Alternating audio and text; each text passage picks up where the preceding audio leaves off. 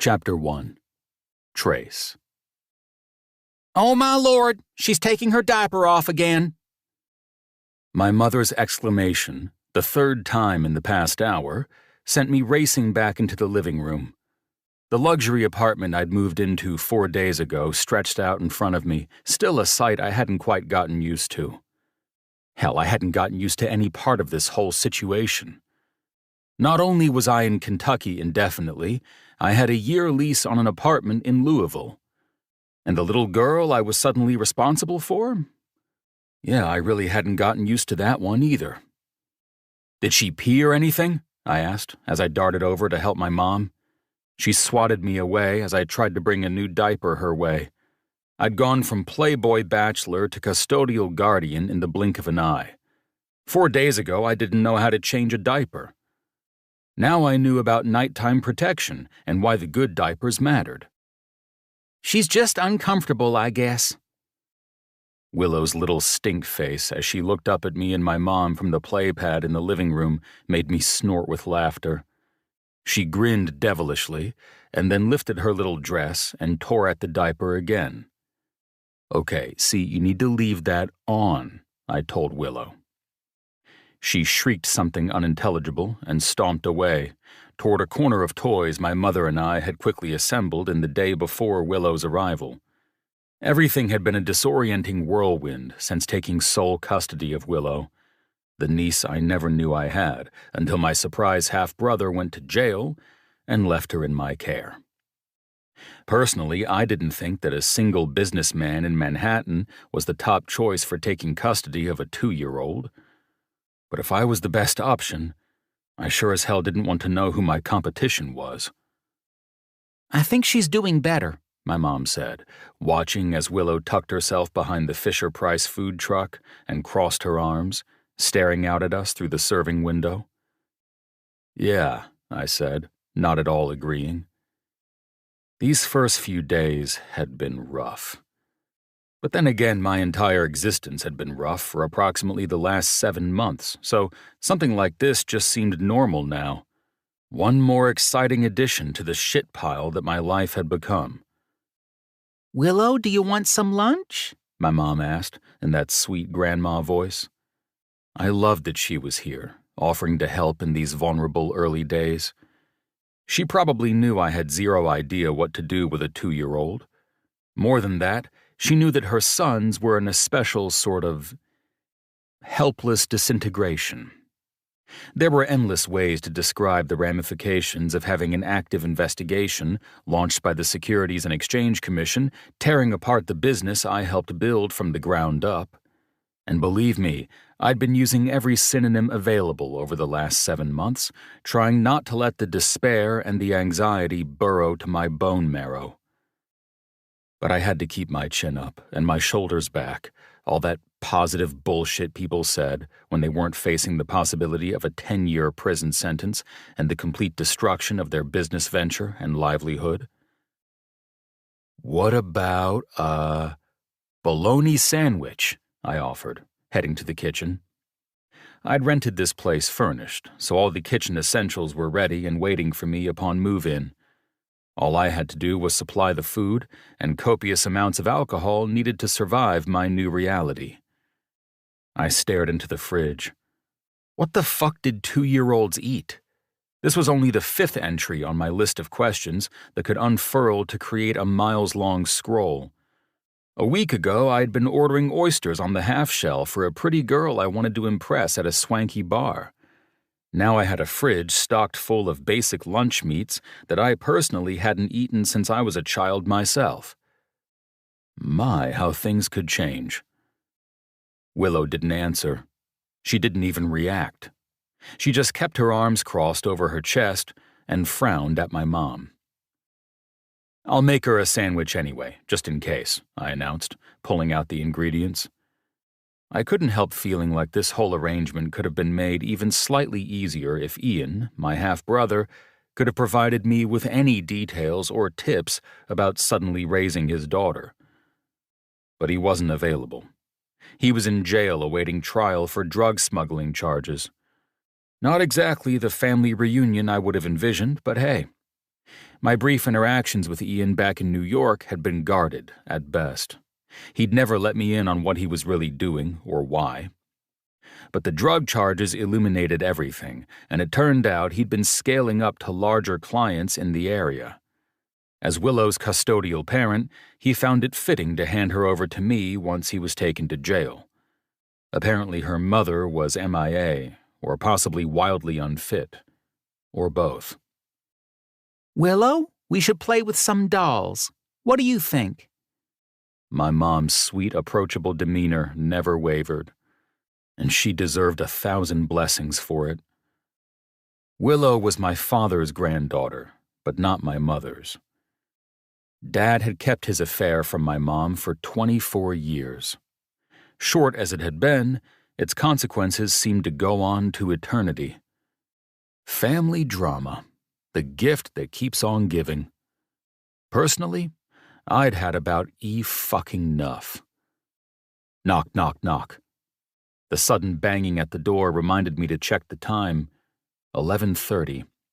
The social worker was right on time. I plated the plain bologna sandwich, passed it to my mom, and then hurried to open the door.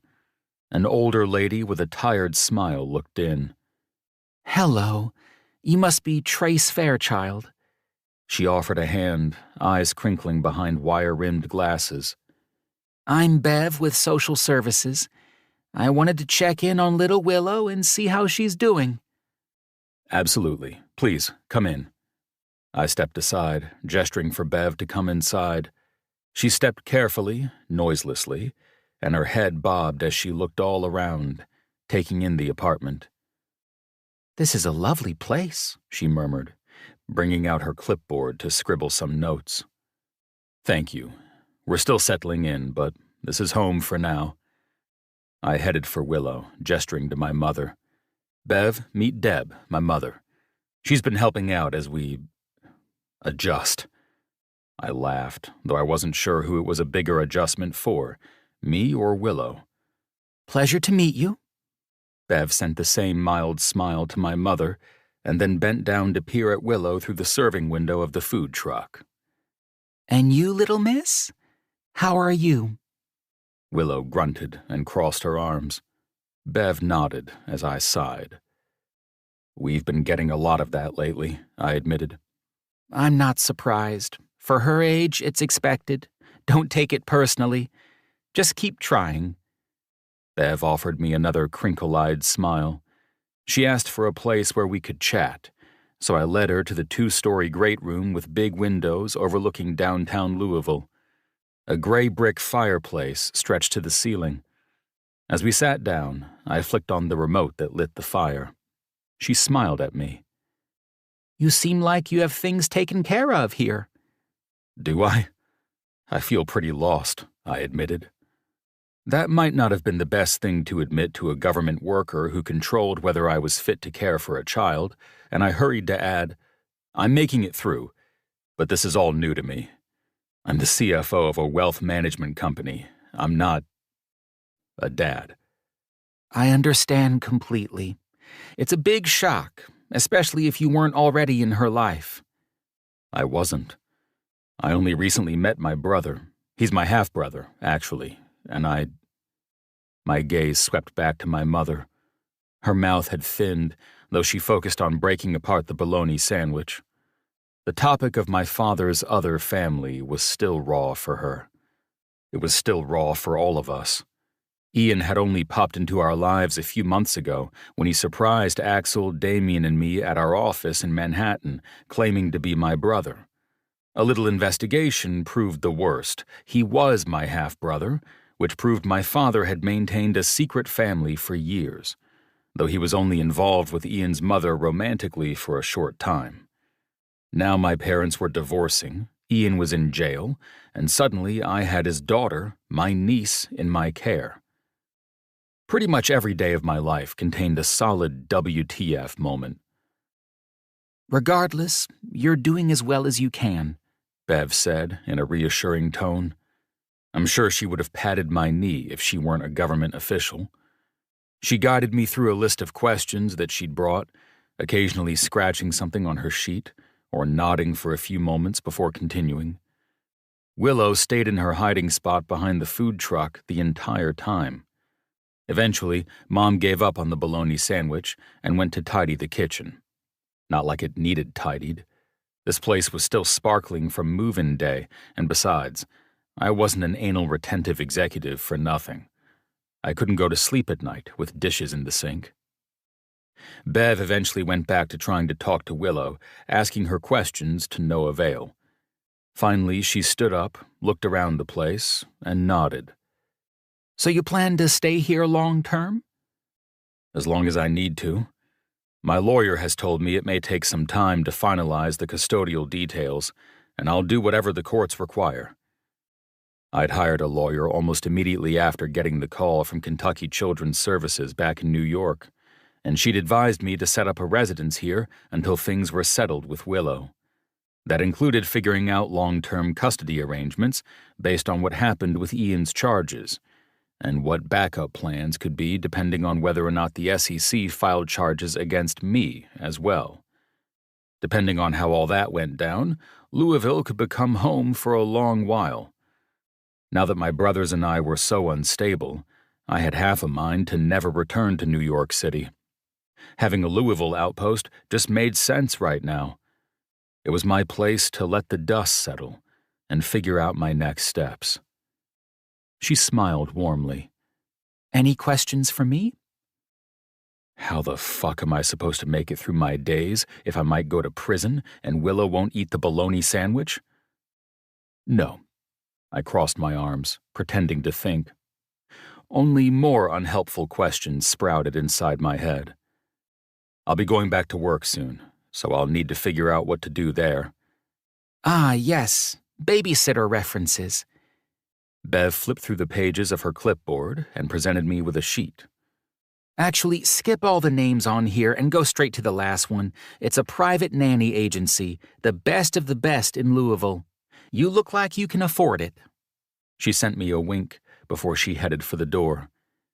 Thank you. I skimmed over the entries, finding the agency she'd referenced.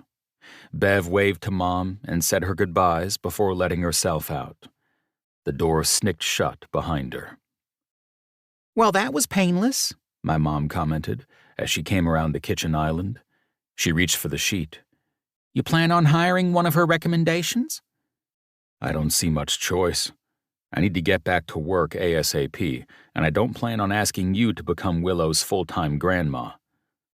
My mom sent me a look, her lips pursed. Trace, you know I would. I know you'd do anything for me. I wrapped my arm around her in a side hug, and I appreciate that. But I'm not trying to capsize your life just because I got dealt this hand. It's my responsibility. I'll handle it. Besides, I didn't want to make my mom grapple with even more than she had on her plate recently. Finding out about her husband's infidelity beginning 25 years ago was one thing. Now all her kids were waiting to find out if they were going to prison for financial fraud. We were more fun than a barrel of fucking monkeys. She drew a deep breath and nodded, a few gray wisps escaping her thick braid down her back. You're right, you will. There's nobody better for this than you, Trace. Oh, come on. Not even Damien or Axel? She snorted. I stand by what I said. We smiled at each other as I headed back over to Willow. All right, Willow. What about some screen time? I know that motivates the youth. If you have 4 bites of bologna, I'll give you 10 minutes of Peppa Pig. She frowned up at me and didn't budge. What a negotiator. I needed to work on my skills. Okay. 20 minutes of Peppa Pig. Her hand shot out in the direction of my mom in the kitchen, which I took to mean, give me the damn plate. Mom's brows rose as she brought the plate over. I smirked, satisfied, as though I had any clue what I was doing. Maybe I have a shot at this dad thing for real, I told my mom, as Willow took a tentative bite of her sandwich. I made my way to the flat-screen TV near the fireplace, grabbing the remote. I always thought you'd make a great daddy. Your brothers, too. She sighed wearily, coming down to her knees in front of the food truck as Willow nibbled at her sandwich. Just didn't imagine things playing out quite like this. That was the understatement of the century. Willow wasn't the only thing I hadn't envisioned playing out like this. I never expected to be back in this city after I left the last time 6 years ago. Back then, I'd been traveling from New York every other week courting a big-ticket client who turned into a grade-A nightmare. But during all those visits, I'd fallen for his niece. Hook, line, and sinker. I'd been a breath away from asking her to marry me. Until she told me to fuck off, that was. I suppose these unpleasant flashbacks from my former life in Louisville were par for the course here. That meant I had no time to waste in writing a different reality, one that included no vestige of the former failure of my past. Time to get my present and future on track. I wasn't about to combine new parenthood with remote work, investing millions of dollars an hour. At least not yet. I picked up the babysitter listing again and found the number for Aurora's nannies. All right. Let's see what Aurora's got for me. I dialed the number. Willow took one last bite of her sandwich and then scampered over to the couch, looking up at me expectantly. Her little face looked gaunt, like the type of face you'd expect to see peeking through a grimy window in a Charles Dickens novel. Not at all the pudgy cherub face plastered in diaper ads, which I received too many of now that my smartphone knew a toddler was in my life. I deflated a little. What had this girl lived through until now? Aurora's nannies, how can we serve you? The chipper, feminine voice on the other end of the phone snapped me back to reality. I cleared my throat. My name is Trace Fairchild. I'm looking for a nanny for my... I blinked, looking at Willow. Daughter. It's urgent. I'm new to the area, and I'd need a nanny as soon as tomorrow, if you can accommodate. The woman on the other end cooed, and then said, Why, of course we can accommodate you here at Aurora's. Would you be able to come to the office? That would expedite the process, for sure. We can get your paperwork filled out, look at available nannies, and make our selection today. Relief trickled through me. Excellent. I'll be there within a half hour. At least there was still one person in the world happy to hear from Trace Fairchild. After everything my brothers and I had been through over the last 7 months, sometimes it seemed like the entire world was against us. The active SEC investigation sure didn't help the old reputation, especially since the Fairchild brothers had been media darlings before the investigation was launched. Now our names were splattered everywhere, all the time. Less of the celebrity gossip splatter, and more of the rotten egg on the front door splatter. Mom, could you sit with Willow until I get back? I'm going to head to the nanny agency and see what I can set up.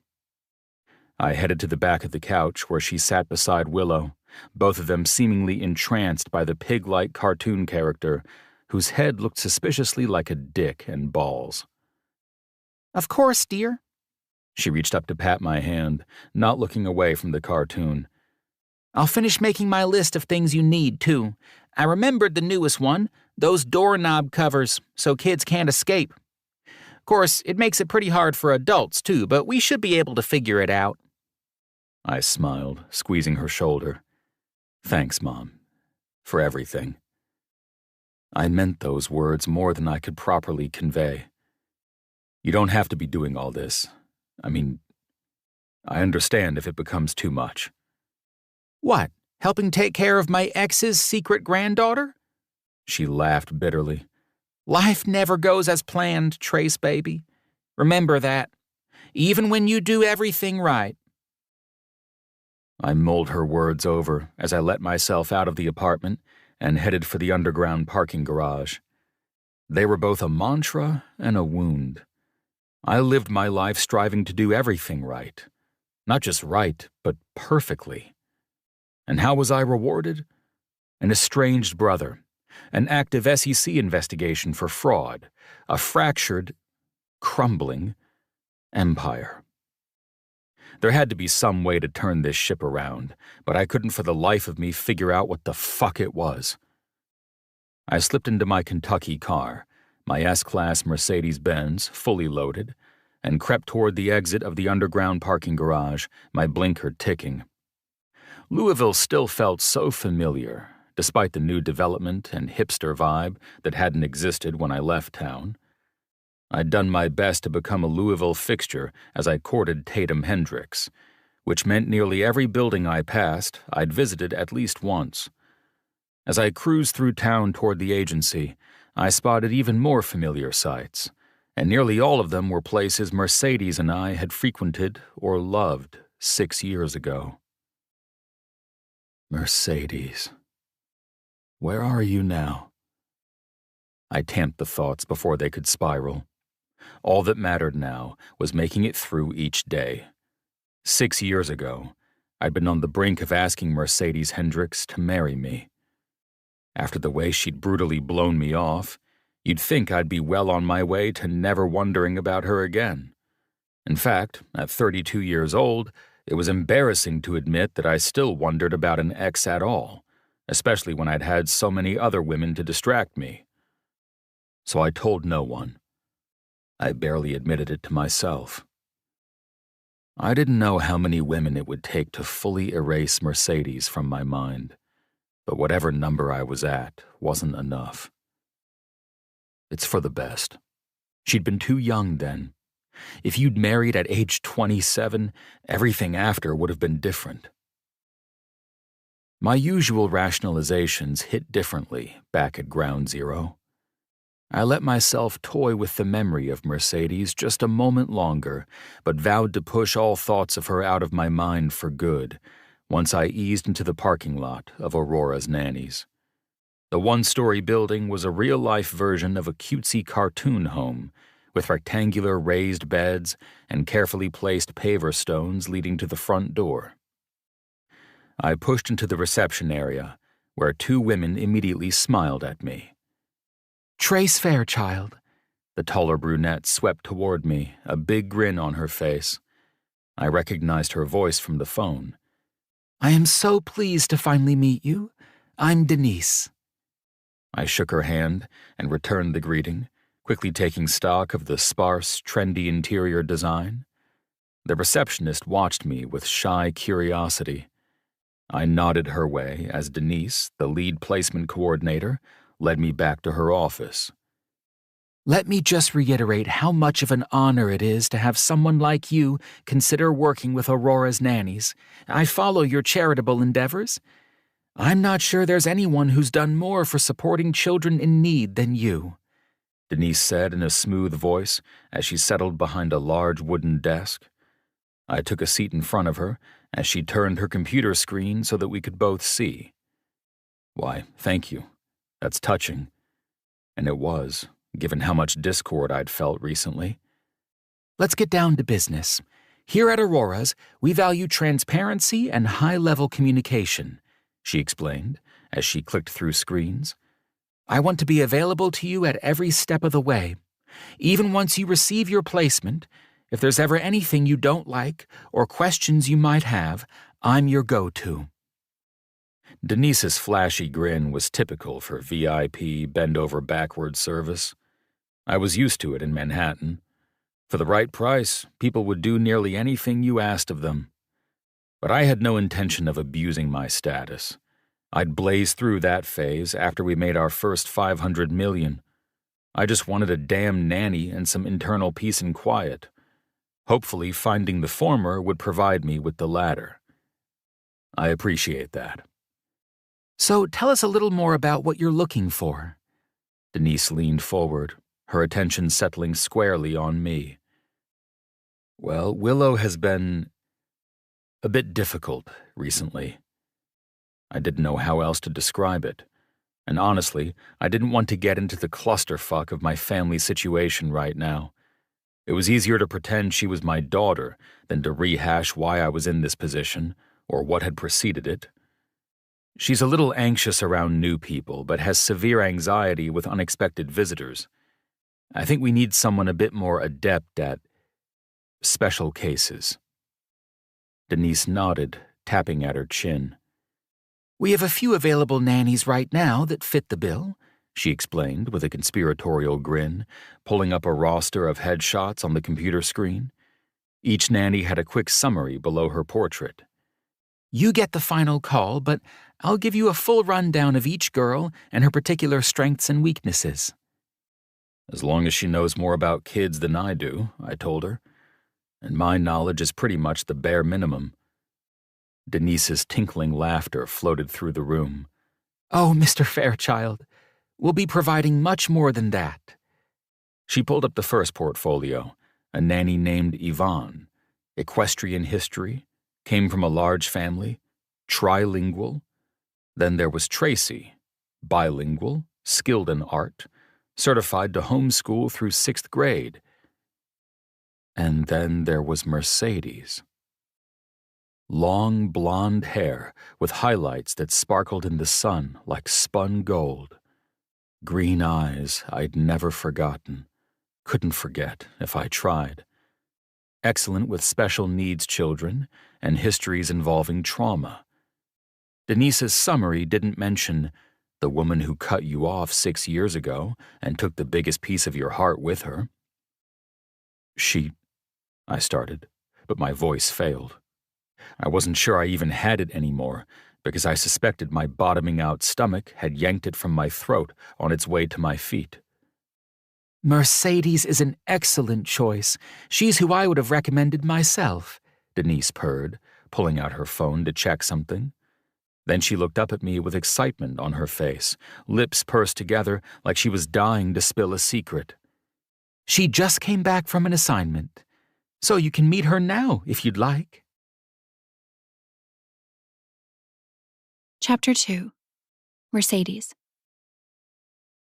The air was different inside Aurora's nanny agency when I stepped inside.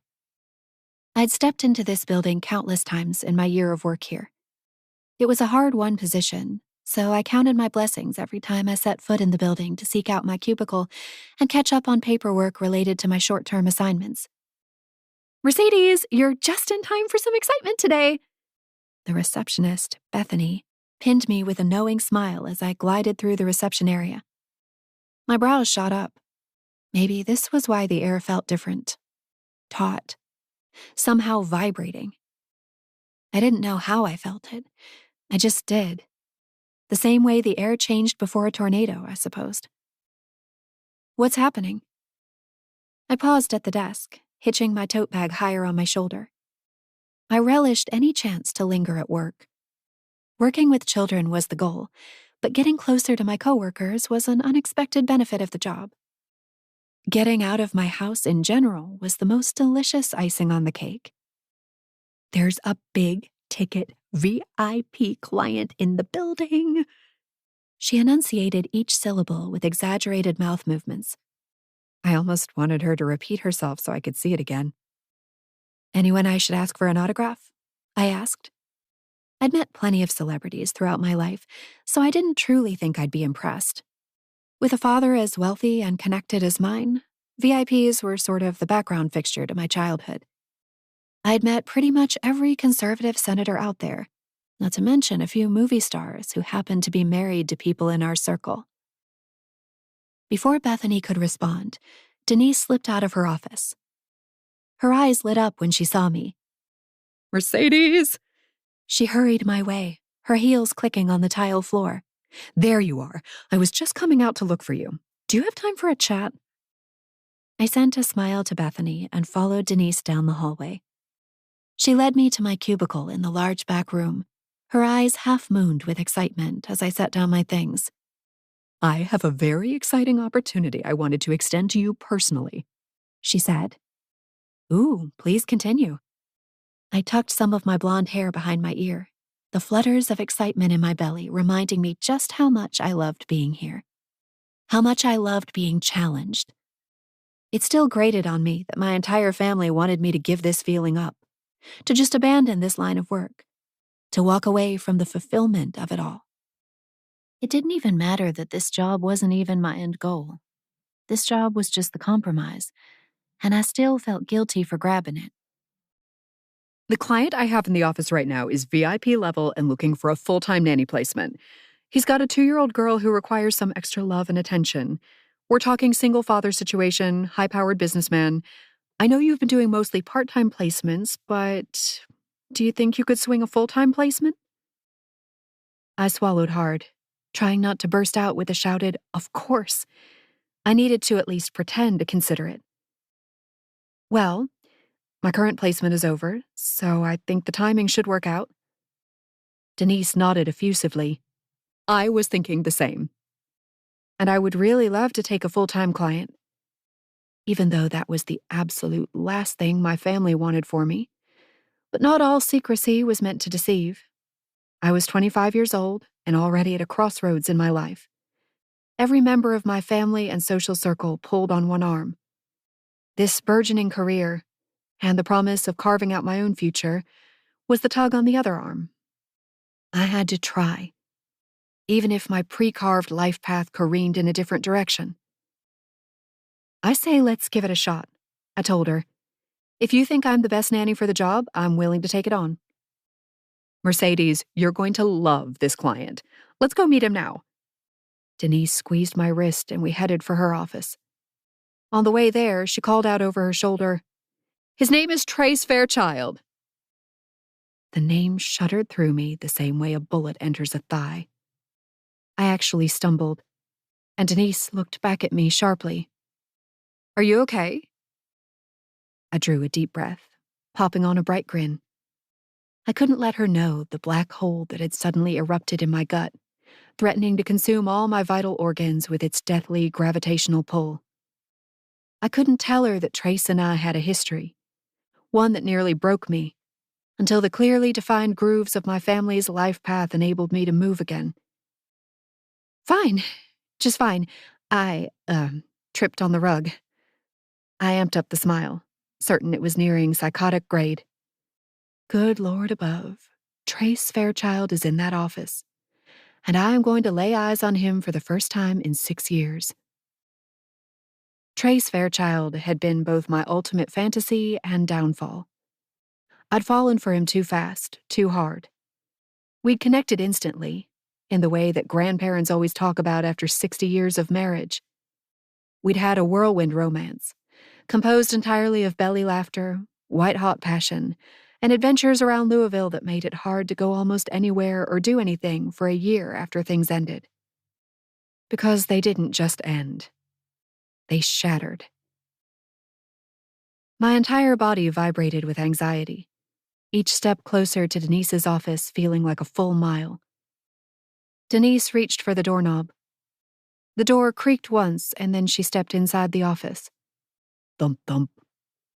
My heart pounded so loudly I knew that Denise could hear it. "Mr. Fairchild, I'd love for you to meet Mercedes Hendricks." I glided through the threshold just as she said my last name. And there he was, filling the barrel chair facing Denise's desk, his square shoulders and immaculate Armani suit the perfect complement to the devastatingly neutral expression he wore on his handsome face. His dark tresses were tousled just the perfect amount, the exact middle ground between Ken doll and disheveled. I felt the moment his dark brown gaze alighted on me. Could almost hear the crack as the axis my world turned on began to crumble. "Mercedes, meet Trace Fairchild." Denise sounded so pleased with herself, her 1,000-watt smile nearly blinding me as she stepped aside so I could shake Trace's hand. I had no idea what my face was doing as I surged forward with my hand extended. I couldn't even recall my name as his big hand gripped mine. The heat from his grip activated every physical sensation I'd ever shared with him, stored inside my cells like ancestral memories. My entire body went hot, alive, buzzing. I swallowed hard, jerking my hand back and focused on breathing. In, out, in, out.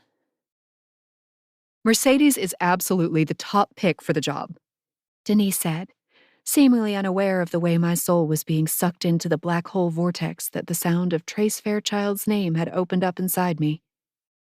Seeing him had doubled its pull. She slid into her desk chair, and I took a seat in a chair closer to the wall that faced both of them. She's the most recent addition to the staff, but has fast become a favorite here at the agency, Denise said with a wink my way. Any issues you might be having with Willow right now, Mercedes can help with. Willow. His daughter's name. I couldn't believe I was in the same room as Trace Fairchild, much less to discuss his daughter. The fact that he was a single father was news to me. I hadn't kept up with Trace's business out of self-preservation. My love for Trace had burned too brightly.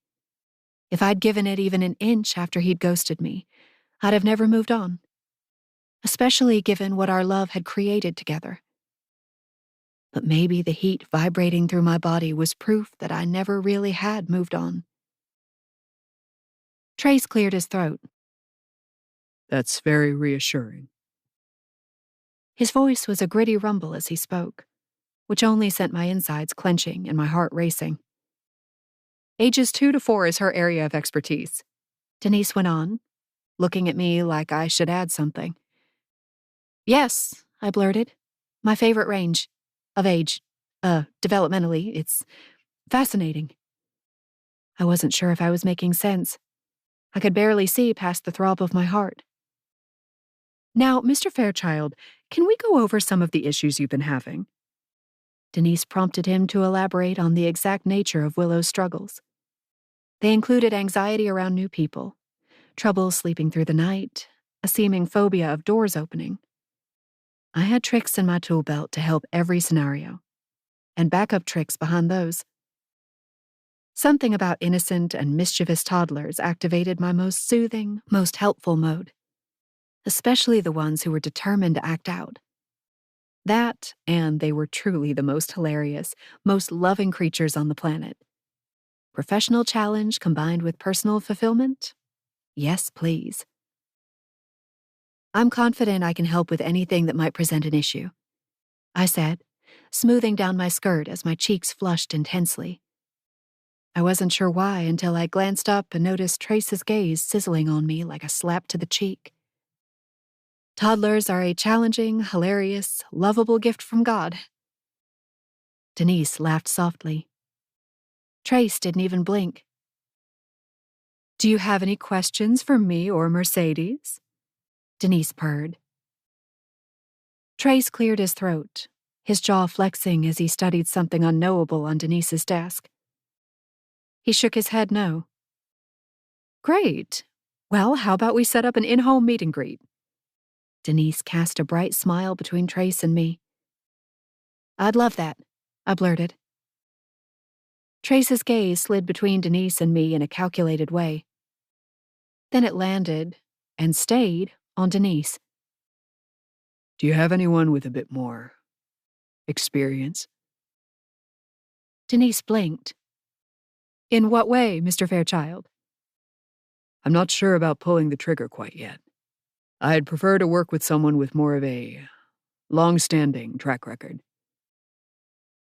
Disappointment shuddered through me, and I tried not to show it. I straightened my back instead. It didn't just hurt because he doubted my skills with his daughter. It hurt because he was rejecting me based on what had happened between us 6 years ago. The reason he ran from me, left me behind. And I was still the only fool between us who didn't know what that reason was. I assure you, Mr. Fairchild, Denise barreled on, oblivious to Trace's real discomfort with my placement. The fact that Mercedes is a newer hire does not work against her. Maybe I didn't explain fully.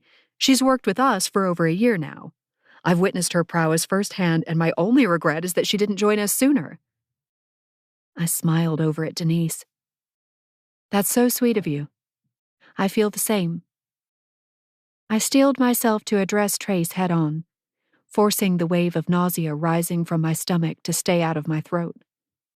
A placement with Trace Fairchild was a horrible idea. I should have been glad that he didn't want to hire me.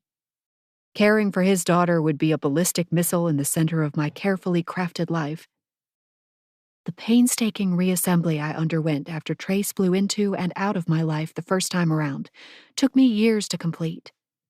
I didn't have years to waste. Our 6 months together, semi-long distance, punctuated by intense bursts of 1 or 2 weeks at a time when we acted like a married couple, were the emotional equivalent of 2 years. Trace didn't look convinced. I need someone who is adaptable, transparent, comfortable with frequent, long-distance travel, usually on a private jet. I maintain a high-stress work environment.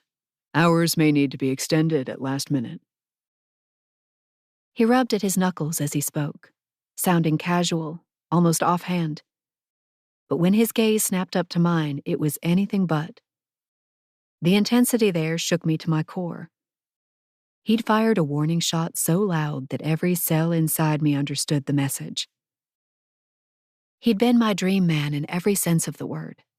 Tall, dark, and handsome, with a humility that contrasted well with his jet-setting lifestyle. Not to mention the loyalty to his cause and his brothers that I admired so much it made my chest hurt. Our 6 months together had affected me so much, I'd even switched majors in college to what I actually wanted to study, child psychology, until my family convinced me to switch it back to English a year after Trace left. It wasn't that I didn't want to study English. I loved all things literature and the spoken word, but what I really wanted to do was help children in a clinical setting. My parents' logic was that an English degree would better serve me in service to my family, volunteering at the church, tutoring children on the side, eventually homeschooling my children. Child psychology was all well and good, they reasoned, but it was structured to pursue a career, which I wasn't going to do, right? My gaze fell to the ring on my middle finger, a promise ring of sorts, given to me by my boyfriend Caleb. We'd been family friends for years. It was only natural it turned into more. That's how those things worked. Safe, predictable paths that kept the family unity and family future stable and didn't result in ballistic missile-inspired shards buried in your heart. If the reappearance of Trace Fairchild was some sort of a cosmic joke, then God needed to learn a thing or two about comedic timing. He was 6 years too late. Furthermore, with my schedule and my life in general, I don't have time for waffling, passivity, or shrouded communication. Trace cleared his throat, his gaze sliding back to Denise. These are my only requirements. Denise opened her mouth to respond, but I jumped in first. Let it be known, without any trace of waffling, that I am actively and openly committed to the health and safety of any child in my care. There's nothing shrouded or passive about it. That you can count on. Trace didn't appear moved by my declaration. Denise, on the other hand, looked ready to melt into the carpet of her office. It wasn't customary for potential clients to behave like Trace. Most were gracious, soft, inquisitive. Trace acted more like a brick wall with lips. Extremely gorgeous lips that had once kissed their way across every square inch of my body. Lips that used to call me Birdie with the same softness that I'd used when I called him Bear. Lips that would never be in the same room as me again, based on how this meet and greet was unfolding. Because there was no way in heck I was getting this placement. Thank you, Mercedes. Mr. Fairchild and I will continue our meeting. I'll let you know if we need anything else from you. She sent me a warm smile, strained but genuine, and I nodded and rose. It was a pleasure meeting you, Mr. Fairchild, I said, trying not to mumble the words. Your daughter will be lucky to have any of the nannies on staff here. I stepped out of the office, my heart pounding so hard the smartwatch on my left wrist lit up to congratulate me on my sudden exertion. But this was no aerobic exercise, no intent to keep my waistline trim. This was good old-fashioned anxiety. I paced the hallway for a few moments, running through the conversation in my head at least 50 times. Whatever he thought I'd done to him was bad, if that was how our first encounter in 6 years went. Trace was probably disappointed in me, if he even cared enough to be disappointed. I'd taken all that guidance and inspiration from him and just let it wither into dust. Instead of being a children's psychologist, I was a part-time nanny en route to being a full-time wife, guarding this job with all I had until the velocity of my expected life path ripped even this from me. Maybe that was why he was so sour now. I needed to reject the position. But there was no way in heck Trace Fairchild would select me in the first place, based on how frigid he'd been, how clear it was that he detested me. It was in my best interest to continue onward with my life as it was. Part-time nanny, full-time daughter, and most likely full-time wife-to-be soon, once Caleb popped the question I knew, without a doubt, would be coming soon. The way my parents had been dropping hints about quitting this job made me think the question wasn't just around the corner, it was pulling into the dang driveway. And if all that wasn't enough, if, in some alternate universe, Trace Fairchild actually wanted me to work with him, and I accepted, my family would never allow it while I lived under their roof. Everything about this situation had run written all over it. Denise's door opened, the undertones of continued conversation drifting out. I darted into the office area and hid behind the wall, my watch lighting up again. Good job on the afternoon exercise. Stress pacing, the newest way to reach a goal weight. Denise's laughter floated down the hall, followed by the amused rumble from Trace. Their voices grew more distant until I sensed the opening and closing of the front door. I listened so intently that I jumped when I heard Denise's heels clicking down the hallway again. I tried to look busy and engrossed at my desk, praying that Denise couldn't somehow feel the way my heart pounded as if I'd just finished a spin workout. Mercedes? I turned so quickly my phone flew out of my hand. I twisted to get it, my cheeks flushing in the process. Yes? That was one of the more invigorating meet and greets I've had recently, she said with a small laugh. The way she fanned herself told me Trace Fairchild hit her in exactly the same way he hit me, even though I wished he didn't. He seemed determined, I said, which didn't even encompass a third of the things I felt about seeing him again. He's certainly a driven man, used to negotiations of a different sort, it seems. Denise's lips quirked into a secretive smile. But despite how it may seem, he is interested in bringing you on board for a trial placement with his daughter. My eyes went so wide I felt the muscles strain. I could barely understand her words. What? We made a convincing case, and he'd like you to begin your trial placement as soon as tomorrow. The news transformed the previous black hole into a powerful vortex. An F5 tornado ripping through all the carefully seeded and tended aspects of my current life. You shouldn't do it. It'll only be bad news. Whatever you think Trace felt for you was a lie. And besides, you're headed somewhere different in life. I opened my mouth to respond, and when the words flew out, I wasn't even a smidge surprised. I'll do it. Chapter 3. Trace. Oh my goodness. Again? I picked up the spoon that Willow had violently thrown to the ground for the third time.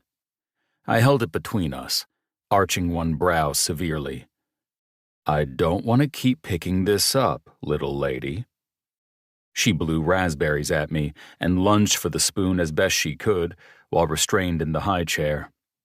Her eyes lit up as she plunged the spoon back into her cup of yogurt, which she wasn't even eating, just spreading across the high chair tray.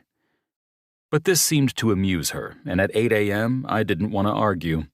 Besides, she was too cute in her pink and yellow jammies, her baby feet poking out at the bottom. She could spread yogurt if she wanted, especially if it meant at some point she'd be eating. I didn't like the malnourished look on anyone, least of all a toddler. I sighed and sank into the chair beside her, checking my watch for the billionth time since Willow had woken up at 7. We'd had an easy morning together, one of the first easy mornings since she'd come into my care. I wasn't particularly eager to hand her off and start my work day. No, I was dreading the arrival of the new nanny. Mercedes Hendricks. I massaged the sides of my jaw, which were sore from all the stress clenching I'd been doing lately. If it wasn't one thing, it was another. If it wasn't a surprise toddler to look after, it was a former flame being the agency's best nanny. I barely had the headspace to dispute it. 6 years after she told me to stop contacting her, I was confident I could treat her as she undoubtedly wanted to be treated. She would firmly reside in the distant and professional relationship category. This would be easy, since she'd be spending her days with Willow, not me. There was nothing to worry about. Nothing except this lava lamp of dread in my gut. I helped Willow guide a spoonful of yogurt into her mouth. Success! And then let her play for a bit longer before plucking her out of the high chair and carrying her off to her bedroom. It was time to get dressed. I chose a long-sleeve white dress with black stretchy pants. I still didn't know what to do with her white blonde hair, so I left it wild and free. Then I carried her to my room, and she played on my bed while I chose my own outfit. I'd be hidden away in my office while Mercedes was here, but that didn't mean I shouldn't reinforce the distant and professional relationship in any way possible. That started with Armani. Pressed black slacks with slate gray socks, alligator shoes, off-white button-up. I normally didn't dress up so much for a day of work from my home office, but with Mercedes buzzing in my periphery, I needed to remind myself that she was a non-option. That long, silky blonde hair and cinched waist skirt from yesterday tugged at my senses in a way I wasn't happy about. She'd matured in our 6 years apart. She carried a seriousness with her now that I hadn't experienced our first time around. I hated that I could still look at her and want her. She and I had already failed once. Somewhere along the line, I hadn't measured up. I'd faltered. She'd told me to never contact her again, and there was no do-over. Never mind that the mere sight of her had caused my insides to crumple from both regret and longing. I had no time for those emotions. I'd never act on them anyway. Second chances were just another opportunity to fail. It was that simple. I strode through the living room, rolling up the sleeves of my shirt once, then twice. Willow toddled to her play corner and started tossing Duplo blocks around happily. She looked over at me, shrieking something unintelligible. "What was that? You like my outfit?" "Thanks, Willow. I like yours too." We smiled at each other just as a knock sounded on the door. "Hey, that's probably your new nanny," I told her, holding up an index finger. "Let's go see, okay?" Her curious gaze followed mine, but as I neared the door, she started whimpering. Badly. Fear streaked her face, and I stopped mid-stride. My gut plummeted to the earth, my protector mode kicking in. "It's okay, Willow. There's just someone at the door." I lifted her into my arms and rubbed her back for a moment. The door could wait. Right now, I was the only person in her life she trusted. The connection between us had been almost immediate. It was odd, given how hesitant she was around everyone else. But as my mom pointed out, it probably had something to do with how similar Ian and I looked. I likely reminded her of her daddy. "Can we try now?" I murmured softly. Willow didn't relax much, but she let me carry her to the door.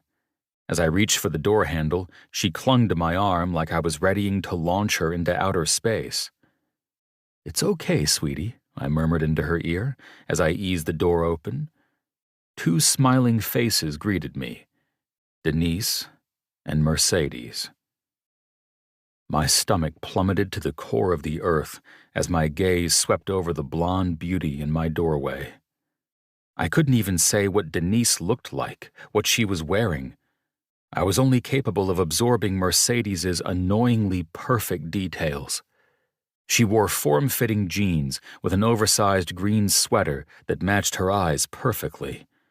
Her hair had been curled into soft waves, and was pulled back into a high ponytail. "Good morning." I tried to sound cheerful for Willow's sake. "Please come in." I couldn't play the hard-edged businessman in front of her, or else she'd lose the slight progress we'd made. Deep inside, I knew I needed to be tough as steel around Mercedes because those soft green eyes had already unraveled my life once. "Good morning, Mr. Fairchild." Denise surveyed the apartment with bright eyes, her heels clicking over the wood floor. Mercedes echoed her greeting. "What a lovely place you have." "Thanks." I let the door swing shut.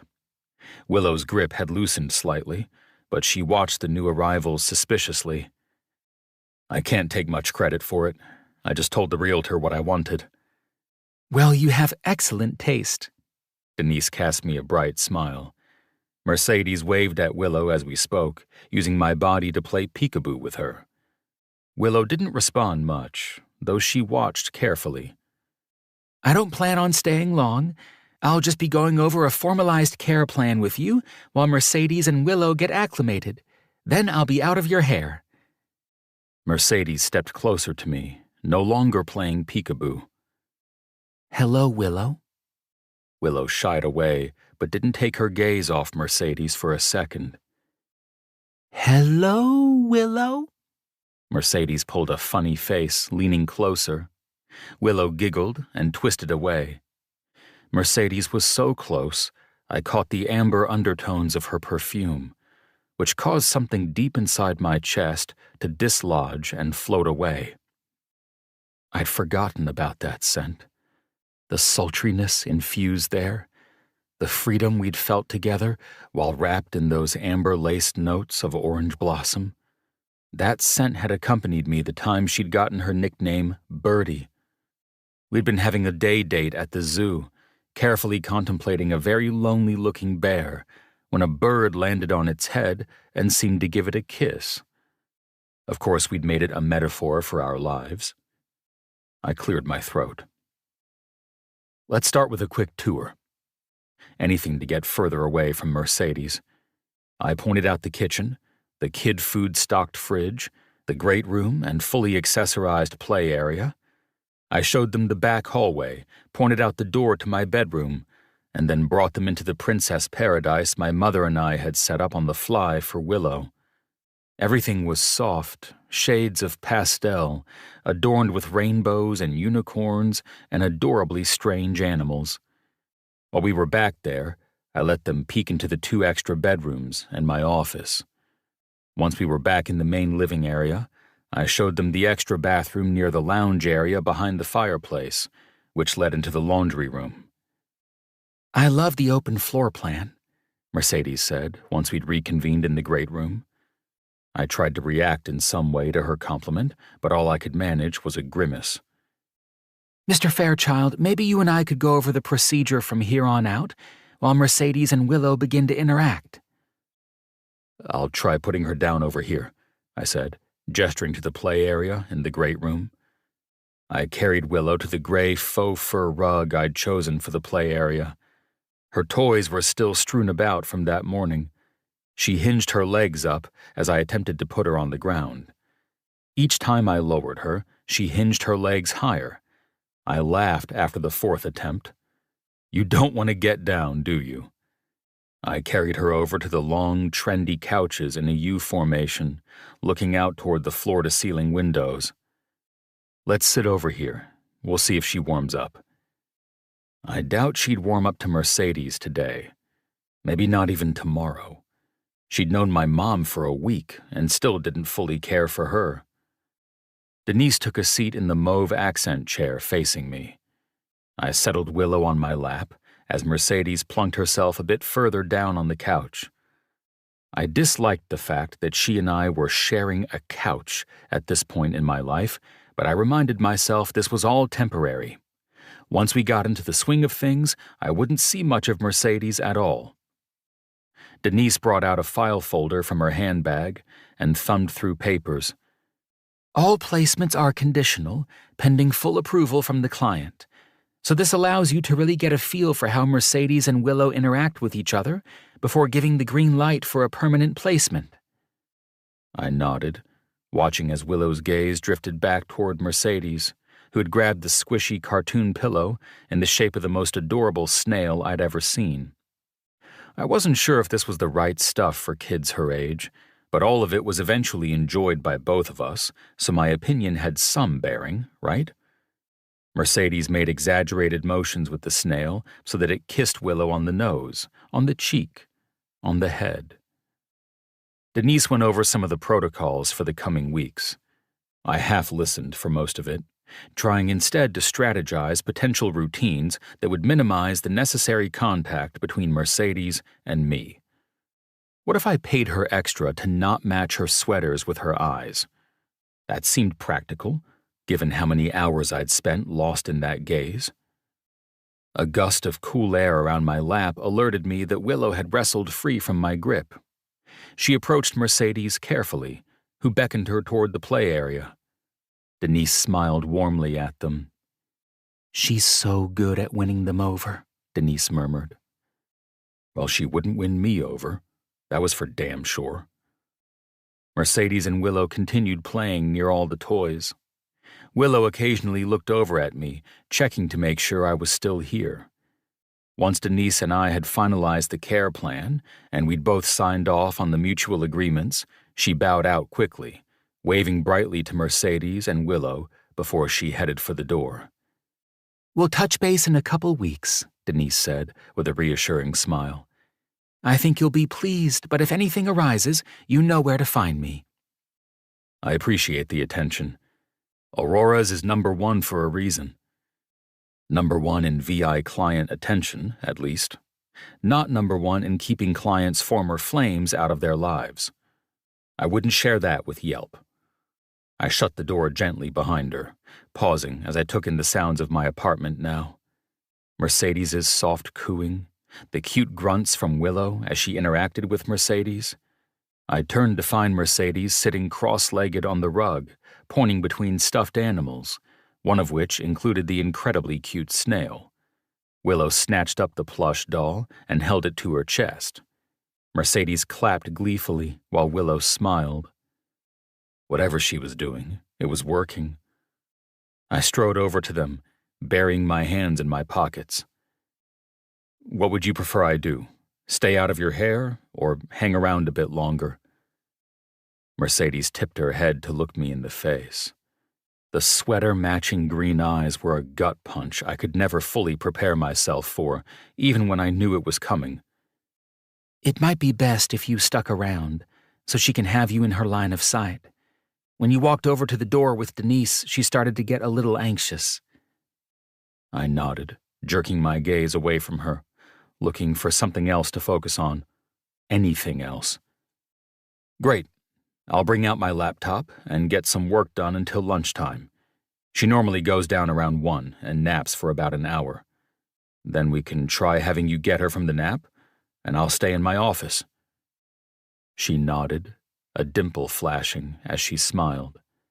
"Sounds like a plan." Once again, I thought I should react somehow to the interaction, but couldn't force anything beyond a grimace. What I hated as much as the fact that Mercedes had ghosted me was that she was only in her mid-20s and could make me feel like an awkward, lovesick fool. I was 32, goddammit. I'd ranked on the Forbes wealthiest under 40 list. I was supposed to be a powerful CFO. Instead, I was still licking my wounds from the true love that wasn't, while also facing down a crumbling empire and a shattered family. I was nothing if not a perfectionist, and right now I felt like a failure from every angle. Look up the word in the dictionary, and you'd see a gilded portrait of my fucking face right there. I headed for my office, snatched up my laptop, and got settled in the oversized armchair near the wall of windows in the great room. I was a sucker for natural light. The penthouse I used to share, with my brothers on Wall Street, was practically a top-floor arboretum. Light brought me clarity, even the gray-blue winter variety blanketing downtown Louisville. Even when I felt like a failure, natural light reminded me there was a future to aim for, to hope for. I opened my laptop, forcing my gaze to stay fixed on the screen. But focusing on the screen only reminded me of the other failures in my life. Fairchild Enterprises was in the crosshairs of the SEC for what they suspected was financial fraud, based on an algorithm my freaky genius brother Damien had cooked up that kinda sorta skimmed profits and dispersed them to the neediest people and the organizations doing the most good in the world. We still didn't know how they'd caught wind of it, given the fact that our clients were reaping more profit on average than any other wealth management firm was delivering. Yet still, somehow, we'd failed. I'd failed by preventing this devastating outcome. And on top of that, Axel wanted me out of the family business because he still felt so betrayed that I'd kept a secret from him since I was 18. A future without my brothers at my side, in life and in business, was the last thing I'd ever envisioned. I hadn't grown up with Axel and Damien my entire life, but once they entered my world at age 9 via the foster care system, they'd become my brothers, even before my parents went through the legal adoption process 3 years later. I'd have torn the world apart for them if they asked it of me. I'd lived my life in service of their mission to support the less fortunate and to act as the rising tide for the rest of the boats that needed it. Yet Axel wanted to throw me to the curb because of that decision I'd made at age 18. Back when I'd accidentally found out our dad had been having an affair, I kept the information to myself because my father had asked me to. I didn't want to rock the boat. I didn't even know how devastating the affair would become for the family. So I kept it my dirty little secret until it came rocketing out of the vault in the form of Willow's father showing up in our lives 3 months ago. Now that everything was crumbling around me, one question remained. What glimmer of natural light-inspired hope was I going to cling to? What did it look like? I didn't fucking know. But being here in this apartment, bathed in the daylight of Louisville, my ex playing happily with a niece I barely knew, it seemed like I needed to forget about any plans I might have had for myself. Maybe I needed to start fresh. Start something entirely new. Without my brothers. Without anyone. It would just be me and Willow against the world. I drew a deep breath, working my jaw back and forth as I toyed with the idea. Maybe it was time to say fuck you to Axel and Fairchild Enterprises altogether.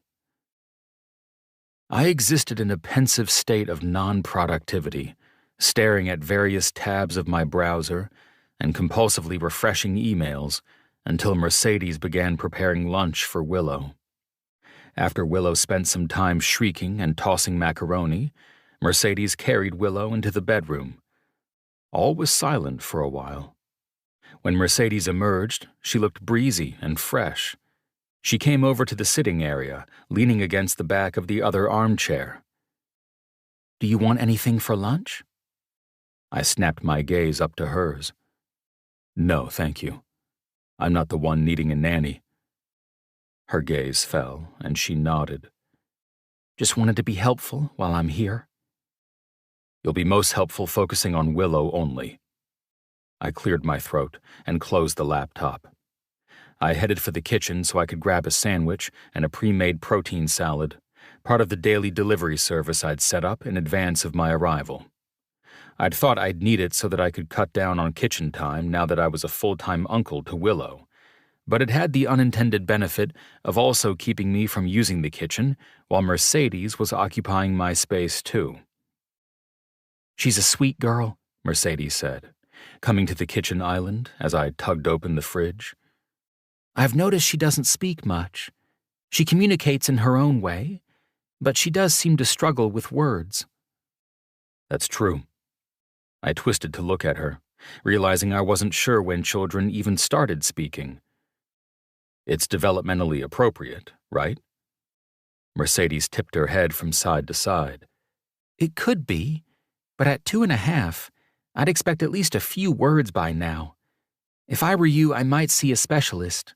just to check things out. I'll know more as I spend more time with her." I grunted, adding that to my internal to-do list. I'd have the appointment made by the end of the day. Noted. I stacked the wrapped sandwich and salad bowl on the counter near the fridge and let the door glide shut. Mercedes ran her palms across the top of the slate-gray island countertop. "So how long have you and Willow lived here?" She gestured at some of the boxes I'd tucked away near the front hallway. "Not long." "I didn't realize you were back in Louisville. I'm surprised I haven't heard about it by now." That grimace came out again. "Well, surprise. Here I am." She offered a small smile. "It's good to have you back." "I don't believe you really mean that." I picked up my laptop, then stacked the food on top of it. "In fact, I don't believe much of what anyone in your family says. I learned my lesson long ago." Her face fell, and she stared at her hands, picking at a cuticle. "I did mean it. And I hope you don't think that what happened between you and my uncle would ever affect my job performance. That's completely unrelated." "It's not unrelated. In fact, it's the definition of related." I set my things down, suddenly desperate to set the record straight, lay the train tracks so neither of us ever strayed or deviated from the plan. "The only reason you got the job here is because I know you personally. Even though we have a less than stellar track record, I do believe you're good at this type of work and that you would never harm a child. At the end of the day, that's all I'm looking for. Somebody who isn't a secret predator and can handle the challenges that may come her way. Time will tell if I keep you on. Beyond that, I'd rather act as though you and I are strangers." Her back straightened, and she nodded fiercely, gaze still stuck on her hands. "Understood." I picked up my laptop and food again and strode out of the kitchen and into my office. Those boundaries brought me one step closer to coexisting peacefully with the woman I'd thought I'd end up marrying.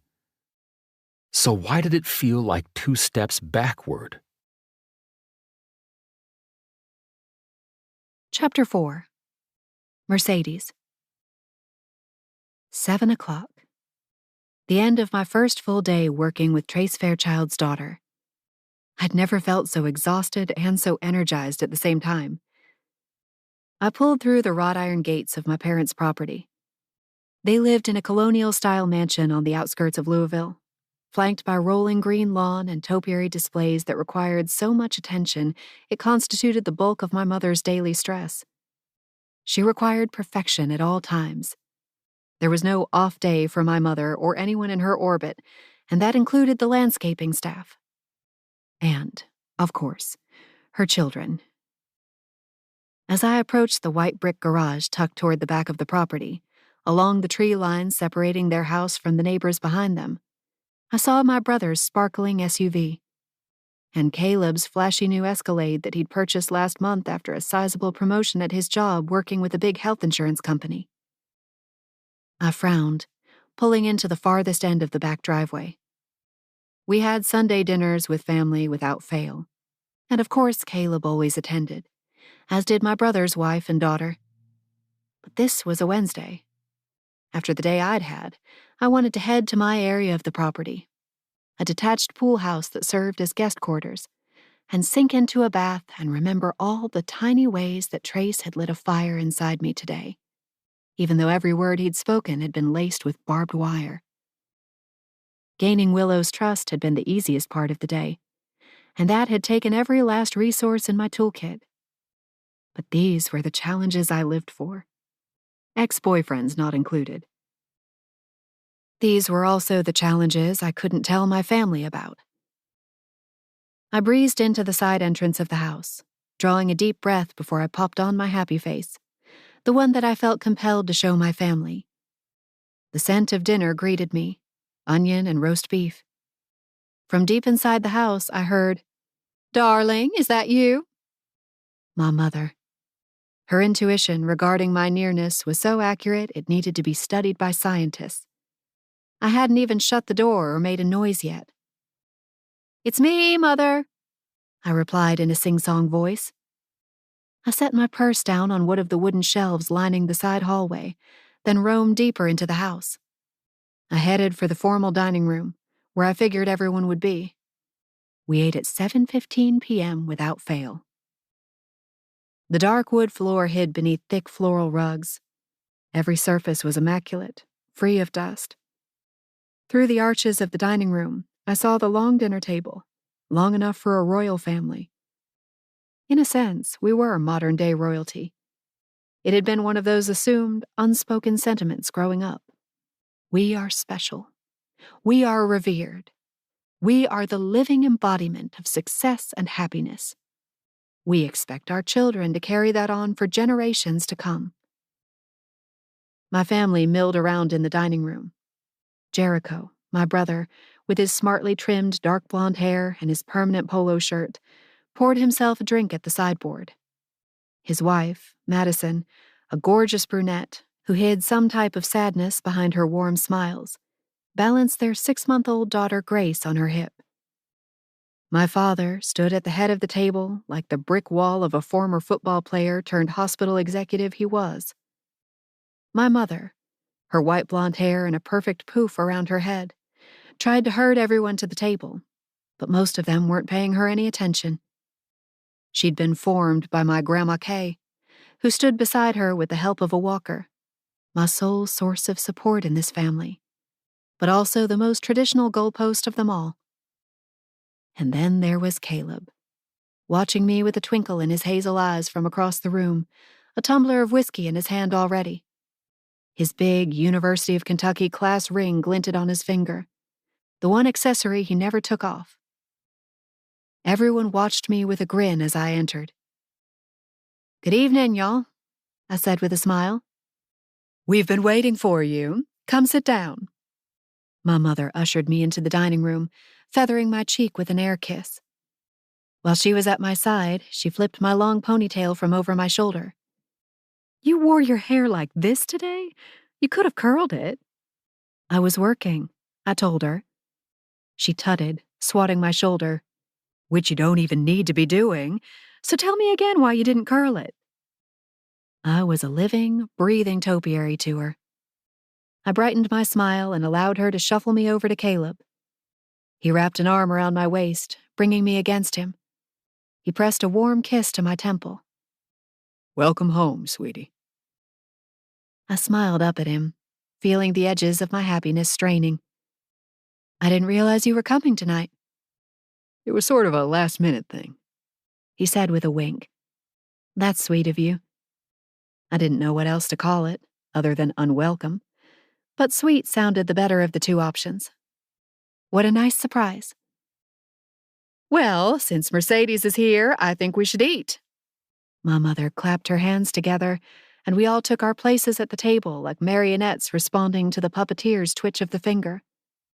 Caleb slid into place next to me, sharing a look with my brother across the table.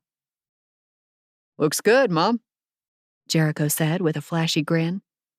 But it only lasted a second. His recent promotion to Assistant VP of Business Development at the financial firm where he worked had been leaving him drained and distracted. Plus, he was making so much money now that he'd ramped his ego up a few notches. It had been sky high to begin with, too. "Mercedes, where'd you come from so late?" "An assignment." I spread the cloth napkin across my lap, surveying the serving dishes of food along the center of the table. They'd been waiting for me to walk through that door. "An assignment?" Jericho chuckled, looking over at Madison. She didn't seem to be listening, since Grace wriggled wildly in her arms. "What are you now, a detective? Nancy Drew?" I sent Jericho a flat look. He always had something to say about whatever I did. Whether I excelled at golf, 2-time regional champion, or got voted class secretary my senior year, Jericho found a way to bring it down a notch. "What sort of assignment, sweetie?" Grandma Kay's voice was shakier these days, her hand trembling slightly as she reached for the spoon in the green beans. But despite the signs of aging, she still wore her pearls and crisp pink blouse. "For the missions?" Mercedes has taken a job, Mother, my own mom said with a pursed smile. She sent me a pointed look. Full-time. Just to keep me occupied and productive. I avoided everyone's gaze as silverware clinked, bowls being passed around the table. I didn't bring up my job often with my family. I purposefully avoided bringing it up with my grandmother, since she had a lot on her plate already. She'd been struggling to adjust here at the house, and hadn't been happy about leaving her home and coming to live with her daughter. She knew as well as the rest of us that the move was the beginning of the end. It's with children. I nanny for diverse clients. Diverse? My father mused. All wealthy, VIP clients, I reassured him. Aren't there some similar positions open at the church? My grandmother asked my mother. She won't hear it, Mom muttered. Neither of them had ever held real jobs, because there had never been any need to. They'd both been full-time mothers, housewives, domestic goddesses, moving from college straight into marriage. My mother expected me to do the same, and the fact that I'd staved off marriage and chosen employment grated on her. Let her work while she's young, Jericho chided our parents playfully. Beside him, Grace was getting fussier, and Madison's vestige of a smile was slowly fading. She'll be raising kids full-time soon enough. It isn't fair to mislead your employer, my father grumbled. I tuned out their comments the best I could. My life path had been decided since birth. Trophy daughter to morph into trophy wife. Girls were meant to be seen and not heard.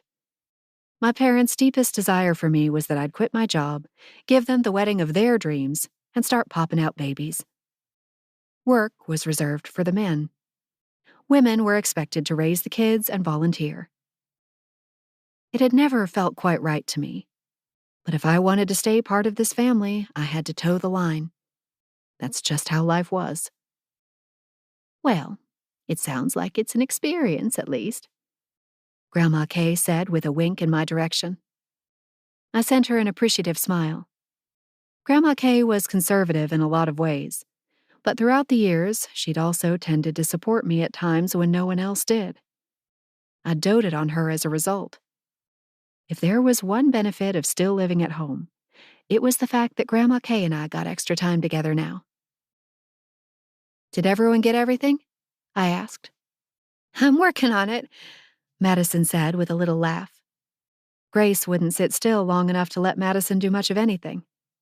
Jericho's plate was stacked, and he'd already forked a green bean into his mouth. Maddie, what do you want? I knew Jericho well enough to know he wouldn't help out. I rose to grab her plate. She offered a relieved smile. Just a little of everything, she said softly, bouncing Grace in her arms. Jericho sniffed, stabbing another green bean. Our mother hissed, We haven't said grace yet. Jericho grumbled, setting his fork back down. I haven't eaten since noon. I made quick work of filling Maddie's plate with roast beef, cheesy potatoes, green beans, and a roll. I set it back down for her and winked. Who wants to lead in prayer tonight? My mother asked. I think Jericho should, I offered. Jericho glared across the table at me, but didn't protest further. He bowed his head, all of us following suit, and said a quick prayer. Then he snapped his head up and clapped his hands. Let's eat. Forks clinked as the family dug in. At my side, Caleb reached for my hand under the table. He gave it a quick squeeze, his gaze lingering on mine. Hey, you. I lifted my shoulder at him, using my free hand to scoop some potatoes into my mouth. Everyone at the table remained oddly quiet. I glanced around to see most sets of eyes on me, or maybe on Caleb. I finished chewing, then said, So, what's the occasion? Could have sworn it was a Sunday when I pulled into the driveway this evening. My mother tittered, sending a warm smile to my father. Well, I think it might be something I talked with your father about earlier today, Caleb said with a little laugh. A dimple flashed in his freshly shorn face. The man might as well have been allergic to facial hair. Sometimes I swear he shaved twice a day. Your mother invited me to stay, and then she called over Jer and Maddie and Grace. I was already here, so no need to invite me, Grandma Kay mumbled. My mother held her napkin to her mouth. It sounded like she'd swallowed a squeal. Oh, goodness, Caleb! I furrowed my brow, looking over at my mom. What? Caleb looked between me and my mother, nervousness streaking his handsome features. He'd been in my brother's grade. I'd always noticed him as the popular older guy who would likely never want me. Every woman desired him. The natural athlete, excellent pedigree, and even better prospects. As it turned out, he'd always had his eye on me. A few months after Trace ghosted me, Caleb started creeping closer. We were friends for a year, then casually dated for another year.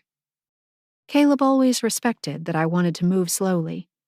He thought it was because I was virginal and scared. He didn't know the truth. Not only was I not a virgin, I'd carried another man's baby, however briefly. After the miscarriage, it had taken me damn near 2 years to stop thinking about Trace every day. Caleb's slow approach was the only one that would have worked. Caleb pushed his chair back, angling himself toward me. There was something intense and magnetic in his gaze. I let myself get lost in the hazel swirl of his eyes as he reached for my hands. I'd known for months this was coming. I'd been anxious about it for even longer. Your father and I had a talk about the future, Sadie. His thumbs swiped back and forth over my knuckles as his gaze fused deep with mine. I know you and I have talked a lot about what we want in our lives, and I think it's time for us to take the next step. You're the prettiest, kindest woman I've ever known. I came here today to formally ask your father permission to make you my wife. Pretty, kind, permission to make you my wife. I felt my eyes widen as excited gasps ricocheted around the table. Knowing it was coming hadn't prepared me for actually hearing the words, facing down the moment. I can't see myself with anyone but you, Sadie. His smile was genuine, those eyes so warm and familiar. To the rest of the world, we were the perfect story, the perfect couple. The health insurance star marrying the hospital executive's daughter. Wealth marrying wealthier. Handsome face meets pretty blonde. It was so terribly normal, utterly expected. It was what I was supposed to want. Oh my goodness. I clamped a hand over my mouth as he freed a small ring box from his pocket. His hands trembled as he popped it open. This meant a lot to him. And that was part of the problem. When a good man presented I gasped again as he revealed the ring, quite sizable, glittering rock. What right did I have to say no? He came from a good family. He treated me fine. Our families loved each other. He had a job that could sustain our future together. Handsome, well-connected, the perfect man on paper. It seemed wrong to say no. Murmurs crested the table, commentary on the beautiful ring. Caleb popped it out of the box, then slid it slowly onto my ring finger, his gaze never leaving mine. Mercedes Faith Hendricks, will you please make me the happiest man alive and be my wife? My thoughts shuddered to a stop. Time and space ballooning out around me like an engorged bubble, ready to burst. In my mind's eye, I could see the scene from above. The oil portraits of family members dating back to the 1700s adorning the formal dining room walls. The excessive number of forks at each place. The Instagram-worthy details at every angle of every person. You have to say yes. All I could hear inside my head was Trace's voice, laughing at Caleb's use of the cliché words pretty and kind to describe me. His shared disdain for asking permission to marry a human being. We would have picked apart a proposal like this in the early hours of the morning over coffee while we cuddled up on a couch. Trace would have done it better. And I hated myself for thinking of that, for thinking of him, during this momentous occasion in my life. Mercedes, what else is out there if not this? I didn't know what life could look like if I didn't go along with the plan, which was so immutable it might as well have been carved from rock. I needed to answer. I couldn't stay trapped in my timeless bubble forever. Caleb, My voice stuck to my throat. I touched my chest, searching his face. Why was this so hard? Of course I will. He whooped and wrapped me in a hug. My family cheered, touching forks to water glasses, celebrating the big news. I've been waiting for this day for 20 years, Grandma Kay said. My father appeared in the doorway holding a bottle of champagne. Shall we toast? The loud pop sounded a moment later. Oh my goodness, we have to start thinking about wedding venues. My mother fanned herself as my father poured champagne into flutes that I hadn't noticed were already placed on the table. They'd never planned on me saying no, because no had never been an option. Caleb pressed a warm kiss to my cheek, his arm wrapped around my shoulders. We gotta start thinking bachelor party destinations, Jericho said, pointing at Caleb. Cabo, Cancun, something like that. Congratulations, Mercedes, Maddie said with a big smile. Even Grace clapped and cooed along with us. Or rather, with them. I smiled down at my engagement ring. I'd often wondered what it would look like, how it would feel to receive it. It looked just like every ad in every magazine I'd ever seen. White diamonds set on a silver band. It was heavier than I'd planned. I turned it from side to side, watching it sparkle. Do you like it? Caleb asked into my ear. I watched it glitter for another moment. This ring was beautiful, but I wouldn't have chosen it. Just like I wouldn't have chosen any of the rest of my current life. But you should be grateful. You should be grateful. You should be grateful. I've never seen anything like it, I told him, smiling up at him before pressing a kiss to his lips that I hoped would erase all the doubts weighing at my heart. I had a beautiful life with people who loved me. What more could I want? Mercedes, honey, I'll start setting up appointments to look at venues. My mother's excited voice was one I didn't hear often. She was as giddy as a schoolgirl. Do you think they'd mind terribly if you went down to part-time at work? We'll be keeping a very busy schedule, getting everything in order. I didn't even know what to say. This was supposed to be one of the happiest days of my life, but my gut knew the truth I didn't want to acknowledge, much less confront. Mom, we haven't even set a date yet. I chided with a smile. Let us bask in the moment at least. She sent me a coy smile and swatted her hand in the air at me. Then she buried herself in conversation with Grandma Kay. Caleb scooped my hand up, pressing his lips to the back of it. Future Mrs. Randolph. His smile stretched nearly ear to ear. I think I like the sound of that. I was supposed to like the sound of that too. Only problem was that I didn't. Chapter 5. Trace. The next morning was a slog. I could have easily blamed it on Willow. The 45 minutes early she chose to wake up were a crucial 45 minutes for overall sleep health, as far as I was concerned. But truthfully, it had nothing to do with that. What little sleep I'd managed had been plagued by dreams about Mercedes. I told myself, in the gray dawn light, as I changed Willow's diaper and watched her totter around the living room, even as I felt every inch a zombie, that it would get easier with time. Being around Mercedes would eventually feel normal.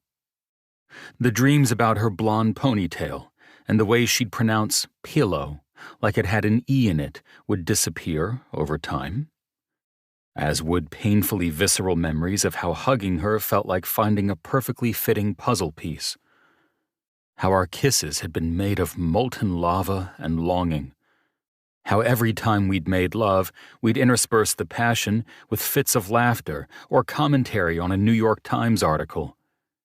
6 months that had felt like 2 years. I was so absorbed in my quest to rationalize myself out of having emotions that I lost track of time. Mercedes knocked on the front door at 8:29 a.m. Willow and I were still playing in our jammies on the living room floor. I briefly debated running to change first and making Mercedes wait, but when she knocked again, I opted to answer the door. Willow started to whimper, so I scooped her up and hurried to pull open the door. "Morning." I stepped aside, gesturing for Mercedes to come in. Her eyes widened slightly as she scanned me from head to toe. I wore drawstring pajama pants and nothing else. "Haven't quite had a chance to get dressed yet, but it's next on the agenda." She offered a small smile, her gaze sliding from my bare chest up to my eyes. No worries. Good morning to both of you.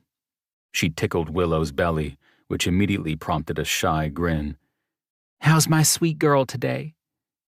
As she chatted with Willow, I noticed something glinting on her ring finger that most certainly hadn't been there yesterday.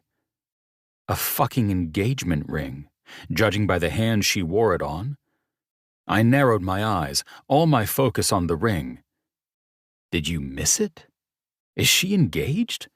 There's no way you would have missed this yesterday.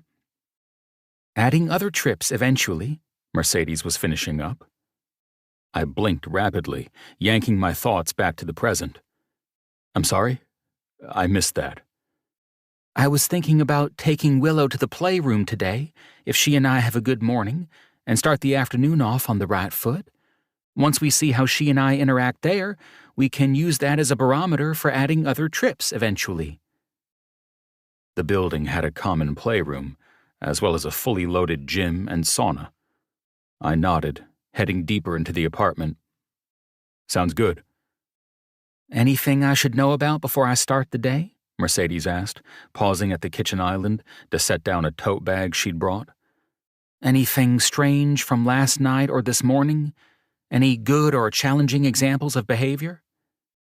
My head throbbed, unable to focus on anything other than the fucking ring on her finger. I'd been convinced she was the one I was going to marry. I'd never considered marriage before her, and certainly hadn't considered it since. But she'd cut me off, and now I was dying to know who had managed to stay close to her.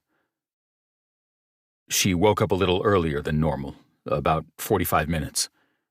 My heart pounded like I'd just finished a run. I cleared my throat, hoisting Willow a little higher in my arms. She giggled, clinging to my shoulder. My gaze slid back to the ring on Mercedes's finger. I'll be honest, I'm a little worried about that. What? She looked down at herself, trying to follow my gaze. The little ring on your finger. I feel like it could be a hazard. Thank God Willow was the only one who knew how fast my heart raced right now. It could snag on her clothes or scratch her. It looks kind of pointy. Like a cheap piece of shit, I wanted to add. Oh, right. Of course. Mercedes quickly yanked the ring off her finger and fumbled to find a place to stow it. You didn't have it on yesterday. It was a fact, one that I wanted her to expound upon. She offered a tight smile. That's right. Silence thumped between us for a moment. Is it an engagement ring? Her smile went tighter. That's not something two people acting like strangers would really talk about, right? Shut down. As much as it annoyed me, I respected her ability to force me back into my lane. Noted. Listen, have whatever you want from the fridge. She already ate breakfast. I'm going to hand her off and go get dressed, then try to sneak into the office a little earlier than yesterday. Sound good? Perfect. Mercedes wore a big smile as I handed Willow over. She went willingly, but reached for me as I eased myself farther away. I'm just going over here, sweetie, I said in a soft voice. I'm just going to get dressed. Willow whimpered louder the further away I walked. I paused near the doorway, watching as Mercedes bounced her in her arms. "It's okay, sweet girl. He'll be right back," Mercedes said in a soothing voice. "Hang tight, Willow." I offered an encouraging smile, but she reached for me even harder. It broke my heart to see her so sad, but I kept moving. Once the door shut behind me, Willow began wailing. I tore my pajama pants off and hurried to dress in whatever was most accessible, track pants and a t-shirt. As the wailing escalated, I decided socks and cologne could wait until later. I rushed back into the living room to find a red-faced, tear-streaked Willow. Mercedes seemed unfazed and continued rocking her in her arms.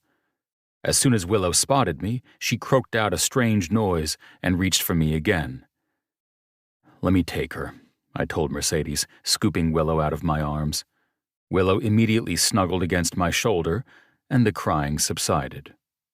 Mercedes stroked her back lightly as she rocked gently from side to side. "I don't understand," I murmured. "She had such a great day yesterday." "It's not a linear process with attachment, and she seems to be very attached to her daddy." Mercedes tilted her head. "May I ask where Willow's mother is? Does she see her often?" I opened my mouth to respond, but realized I'd never informed the agency of the custodial situation underlying this assignment. I wasn't sure if this would change things, but it was an integral component to understanding Willow. "I don't know where she is. In fact, I don't even know who she is." As Mercedes's brows knitted deeper, I hurried to add, "Willow isn't my daughter. I have temporary custody of her through the state of Kentucky. It's a long story, but the gist of the situation is that her father is in jail and her mother is MIA. I don't have any idea of the situation she's come from, other than it seems it wasn't great." Mercedes's mouth rounded, and then compassion softened her features. She tutted, gently patting Willow's back. "You poor thing. Who knows what you've seen or lived through?" It was hard not to get lost in Mercedes's sweetness while she stood this close, brimming with so much empathy for Willow. Her big heart had been one of the first things I'd noticed and fallen in love with, which made it all the more confusing that her big heart had dropped me like spoiled meat. "Willow is my niece," I added, once I caught myself focusing on Mercedes's pink lips and the dark curl of her lashes. "And I made an appointment with a specialist, like you suggested. It's set for next week." I swallowed hard, forcing myself to add more. "Maybe you could join us, so you can stay on top of all the recommendations and medical advice." Mercedes nodded, her green gaze sweeping up to meet mine. "I'd love to. I'm sure it will fall on a day I'm already scheduled to be here, so it won't be a problem." In a softer voice, she addressed Willow. "Do you feel so safe in Uncle Trace's arms?" Willow jerked her head into a nod. I couldn't see her face, but judging from Mercedes's reaction, she must have looked pretty pitiful. "He's such a good uncle. You're so lucky to have him." Mercedes offered another bright smile, stroking Willow's back again. "Do you want to go get cozy on the couch with your favorite doll?" Willow nodded again, and Mercedes looked up at me. "Will you come join us for a little bit? I think this will be a good transition." I admired the way Mercedes made this look effortless. She had a strategy worked out, so subtle and natural that even I barely noticed. I carried Willow to the big couch and sat down. Mercedes joined us a moment later with a ratty-haired doll, the only thing Willow had shown up with, besides a trash bag full of diapers and clothes, and a plush lavender blanket. Mercedes sat close, but left a slight gap between us. I could feel her nearness like it was water on a live wire. My entire being bristled at being this close to her. I stewed in the conflicting simmer of my emotions, hating myself for still caring 6 years later, upset with myself for not being able to stop the mental jumping jacks, and disappointed that after so many women in my life, this big-hearted blondie with a shitty family and a ravenous appetite for books was the one who sent my heart racing. Not to mention a bit disgruntled with the universe overall. I was a grown man, shoved up against my former flame with only a plush lavender blanket and a toddler to separate us. Hardly the stuff of romantic movies. "First, we have to make a cozy nest," Mercedes said, stuffing the plush blanket between our bodies and then out over her lap. "This is how it becomes the coziest of all." Willow watched with red-rimmed eyes, quiet but absorbing everything. "Then this is where sweet Willow girl goes, into the cozy nest." Mercedes pointed at the slight gap between us. "With both Uncle Trace and Miss Mercedes." Willow blinked dully, but I helped reposition her between us. Willow allowed it, and soon she was blinking up at me from between us on the couch. Mercedes tucked her in with the blanket and nestled the dolly into the toddler's arms. "Now you're all cozy, all tucked in, with your favorite dolly, and we go like this." Mercedes made a big display of taking a deep breath. She repeated it a few times, urging Willow to do the same.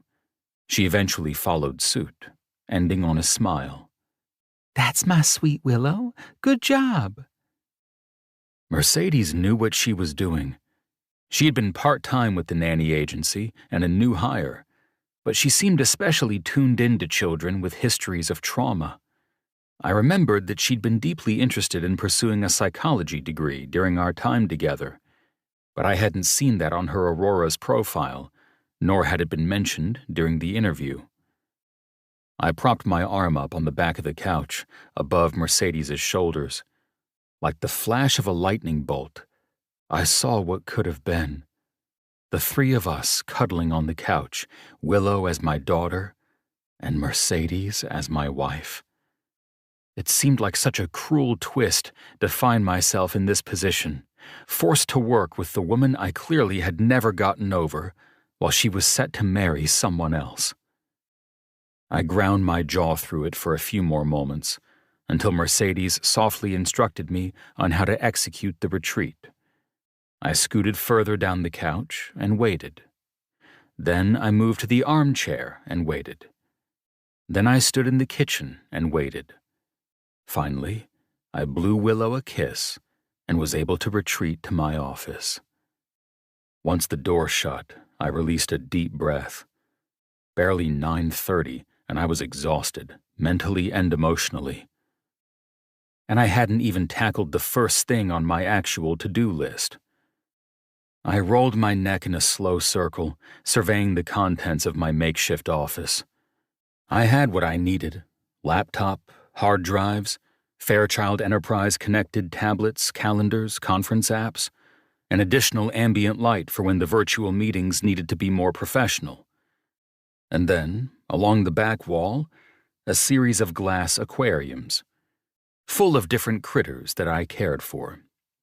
The most notable being the inspiration for the snail stuffy I'd selected for Willow, my very own giant snail pet. Ferdinand was a Malaysian fire snail, a pitch-black and fire-red mollusk fascinating to behold. I'd crafted an enormous home for him, with carefully curated moss and logs throughout. His home was kept at 79% humidity, just like his native habitat.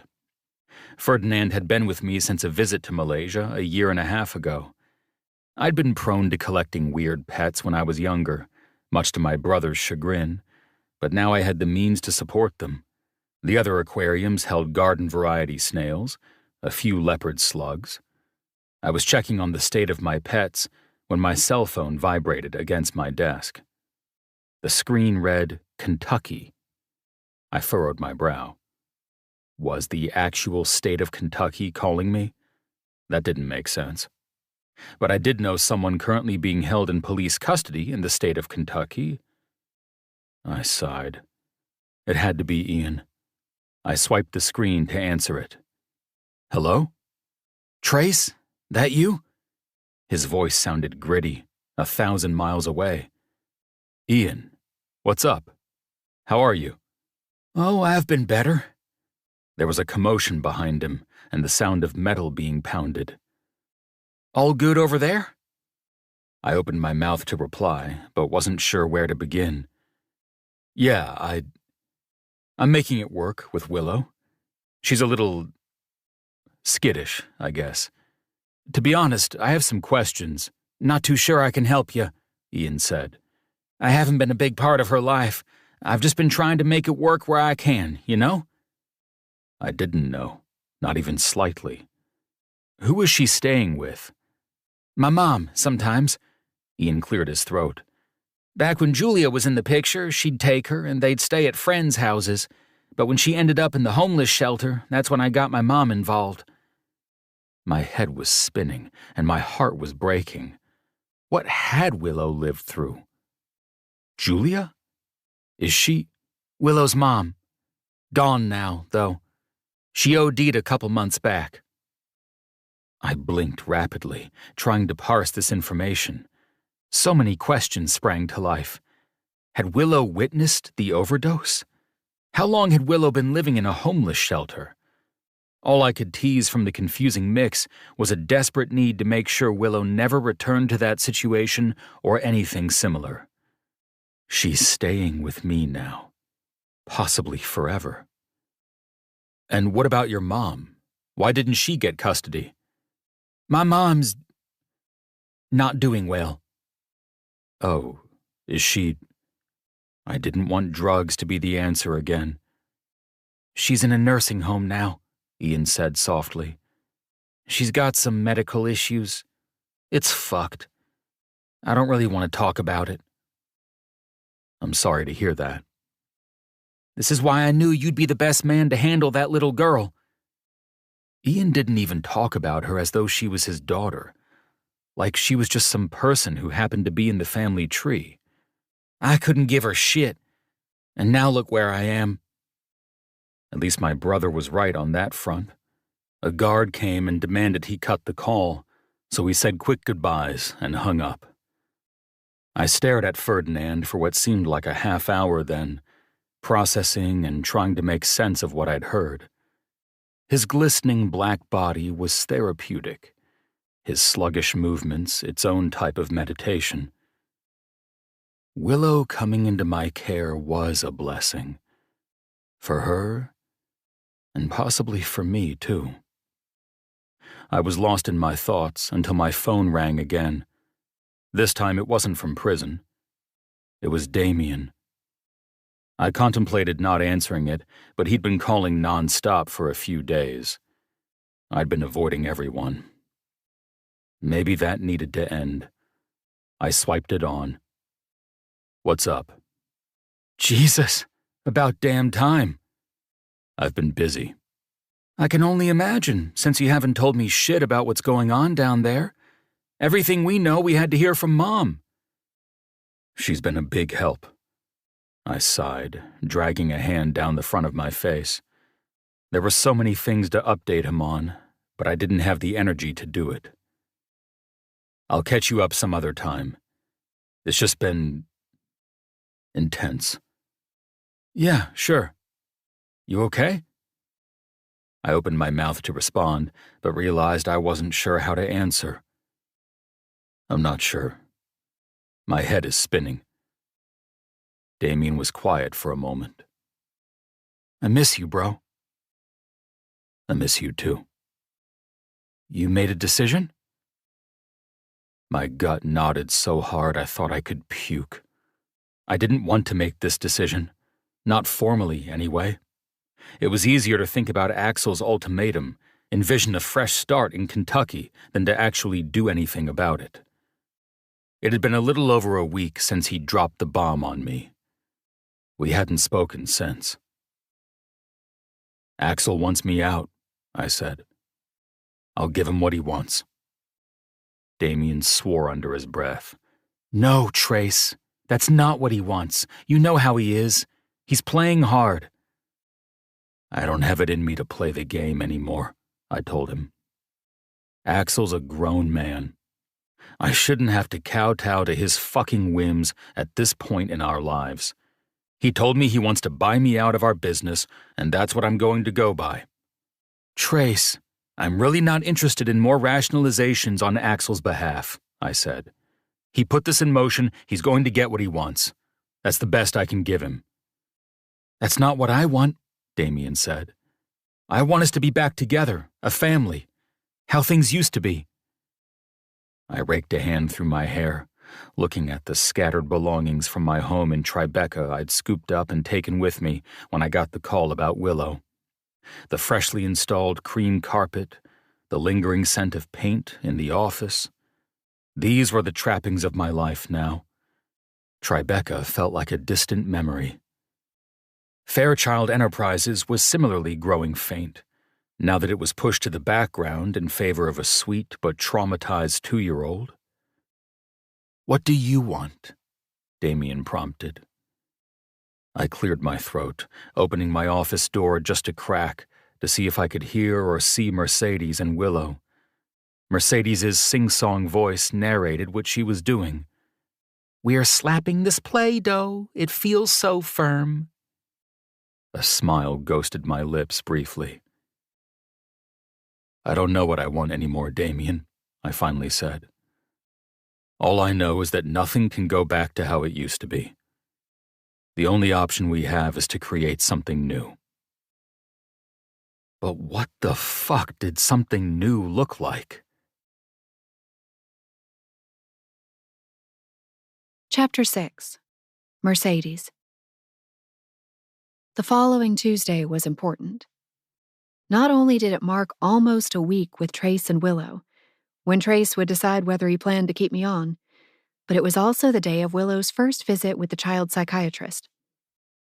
I got to Trace's apartment about a half hour earlier than normal, so he could whisk us away in his Benz. I sat stiff and in awe in the passenger seat, trying to keep my eyes from sliding over to his powerful figure in the driver's seat. The big watch peeking out from under the sleeve of his winter coat. His calculating and studious gaze sweeping out across traffic and the dreary Louisville day. His powerfully subtle cologne, which teased as much as it soothed with its musky undertones and hints of leather. Normally at 8 a.m., I wasn't so alert and rigid, but Trace had that effect on me. Inside his huge apartment, his pheromones had a chance to diffuse and disperse. Here, they were inescapable. You want coffee? He eased into the drive-through line of a coffee shop without waiting for my answer. I gaped over at him. I always want coffee, I told him, but we'll be late. I planned for it. His satisfied smirk was the type that I saw in my dreams. From the back seat, Willow shrieked and pointed at something. I peered out my window to follow her gaze. Ah, it's snowing. Trace smiled mildly at the snowflakes hitting the windshield, then looked back at Willow. Right? It's snowing. Willow made a grunting sound. We'll say that means snow, I offered. Trace hefted with a laugh, and I stole another glance at him. Things were almost cordial. I didn't see much of him during the day, now that Willow had gotten used to being handed off to me in the morning. Each day with Willow helped me learn more about her, how to communicate with her. I just wasn't sure if Trace noticed. He kept conversation to a bare minimum, and only opened up the verbal gates when it involved Willow. As any typical distant employer-employee situation might be. But we weren't typical. I was desperate for more of him, because I knew how much Trace usually had to say, how fascinating a man he was. His rich baritone paired well with his sharp intelligence and smart remarks. I didn't often wish for people to open their mouths, but I could listen to Trace for the rest of my life. What do you want? Trace asked offhandedly as we crept toward the ordering window. Don't you remember? I teased, then immediately regretted it. You're supposed to be treating him like a stranger. His gaze landed on me like a whip, echoing my thoughts. Silence thudded through the car. He squeezed the steering wheel a few times. Then he said, "Oat milk latte." I bit back a smile and forced my gaze toward the window. Yep. I'd opened a doorway, and I felt compelled to run through it. Who knew when I'd have another chance like this? "Are you still drinking your frighteningly strong espressos?" I looked over at him just in time to see his resigned nod. "As a matter of fact, I am." Some things never change. He didn't respond to that. And maybe it was for the better. Because the truth underneath that sentence was that our coffee orders weren't the only things that hadn't changed. My attraction to him had not changed. My desperation to be near him had not changed. My mind's inability to stop imagining kissing him had not changed. He placed our order, adding a yogurt pouch for Willow and a slice of avocado toast. Once he had started easing toward the next window, I asked, "Are you feeling peckish?" A smile ghosted at his lips, but he didn't meet my gaze. His dark eyes remained steady on the car in front of him. "Are you reading a British book right now, by chance?" I opened my mouth to respond, but laughed instead. "How could you tell?" "Just my telepathy, clearly." He didn't miss a beat, which forced me to smile toward the side window again. This wasn't how strangers talked. But it was certainly how two ex-lovers talked when forced into a car together.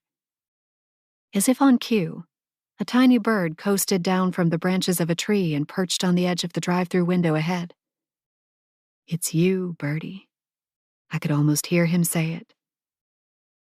I turned to him to see if he saw my namesake. His eyes were on the bird too, but he didn't say anything. His jaw sure was flexing, though. Don't call him Bear. Don't bring it up. Just ignore the past.